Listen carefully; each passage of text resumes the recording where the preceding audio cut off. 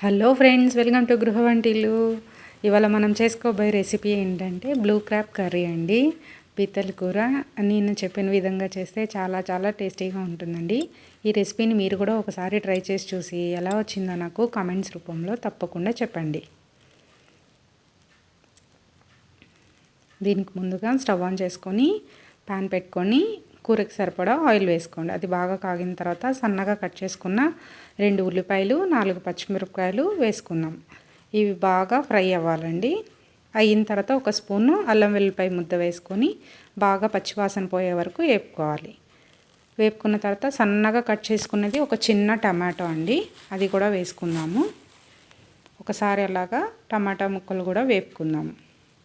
తర్వాత కొంచెం పసుపు, ఒక పావు టీ స్పూన్ పసుపు, ఒక స్పూన్ ఉప్పు, ఒక 2 స్పూన్లు కారం కూడా వేసుకొని బాగా వేపుకోవాలండి.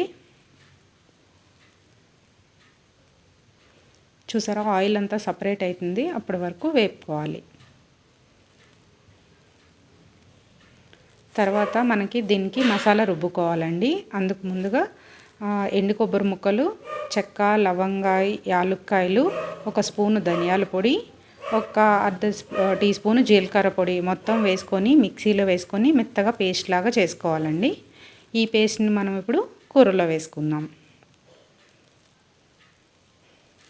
వేసుకొని ఇది కొంచెం బాగా పచ్చివాసన పోయే వరకు, ఆయిల్ సపరేట్ అయ్యే వరకు ఈ మసాలాని వేసుకొని వేపుకోవాలండి.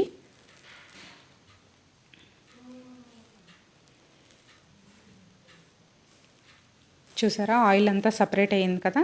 ఇప్పుడు మనం ముందుగానే కడిగి పెట్టుకున్న బ్లూ క్రాబ్ అండి. చూడండి, నేను నీట్గా ముందుగా కడిగి కట్ చేసి పెట్టుకున్నదండి.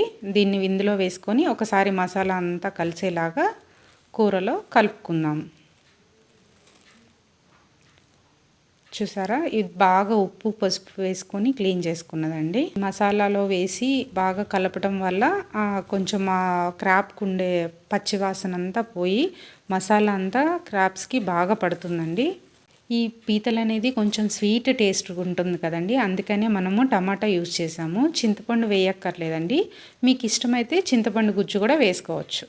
కొంచెం కరివేపాకు, కొంచెం కొత్తిమీర వేసుకుందాం. మనం ఇప్పుడు వేస్తేనే ఆ కరివేపాకు కొత్తిమీర స్మెల్ బాగా పడుతుందండి కూరకి. తర్వాత ఒక గ్లాసు నీళ్ళు పోసుకోవాలండి. మీరు నీళ్ళు బదులు పులుపు ఇష్టపడే వాళ్ళు చింతపండు పులుసు కూడా వేసుకొని ఒక పావు గంట నుంచి 20 నిమిషాలు పడుతుందండి. మూత పెట్టుకుంటే మనకి బ్లూ క్రాబ్ కర్రీ పీతల కూర రెడీ అయిపోతుందండి. బాగా ఉడికిపోతుంది. చూసారా, ఆయిల్ అంతా పైకి తేలిపోయింది. అంతేనండి, రెడీ అయిపోయింది పీతల కూర. ఈ రెసిపీ కనుక మీకు నచ్చినట్లయితే లైక్ చేయండి, షేర్ చేయండి, సబ్స్క్రైబ్ చేయండి.